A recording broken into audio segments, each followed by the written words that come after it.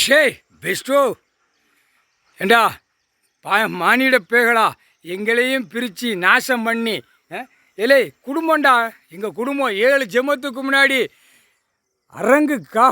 அரங்கு கோட்டையில் நாங்கள் உட்கார்ந்தவங்கடா.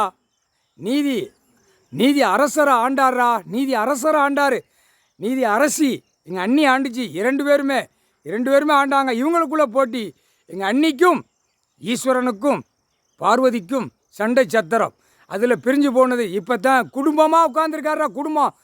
குடும்பம் பிள்ளைகளோடு உட்காந்துருக்காரா, வாரிசோடு உட்காந்துருக்கார். உலகத்துக்கு பெரிய குடும்பம் இந்த நிற்காரா. உலகத்துக்கே பெரிய குடும்பம் ஈஸ்வரன் குடும்பம்.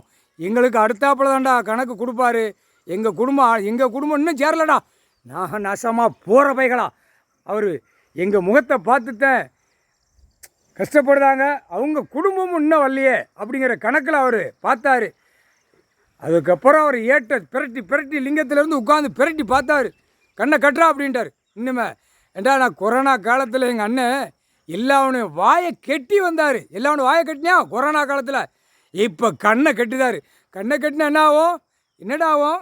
கொரோனா காலத்தில் வாயை கட்டுறா. கடவுள் பூமியில் வரையில் மானிட பிறவி வாயை திறந்து பேசக்கூடாது. அந்த வாய் ஓப்பனாக இருக்கக்கூடாது. அந்த வாய் நரகளை சாப்பிட்ற வாய் மானிட பிறவிக்கு அந்த வாய் ஓப்பன் ப்ளஸில் இருக்கக்கூடாது. நரகளை திங்கிற வாய் புரியுதா?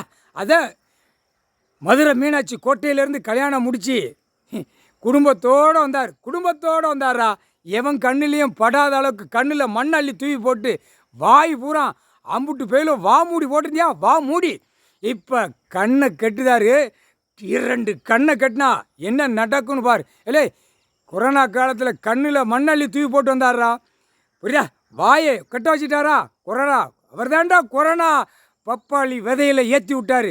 இப்போ 2 கண்ணை தூக்கி அவீத மாதிரி போகும். கண்ணில் புழு வருதை பார்க்கல இல்லைடா.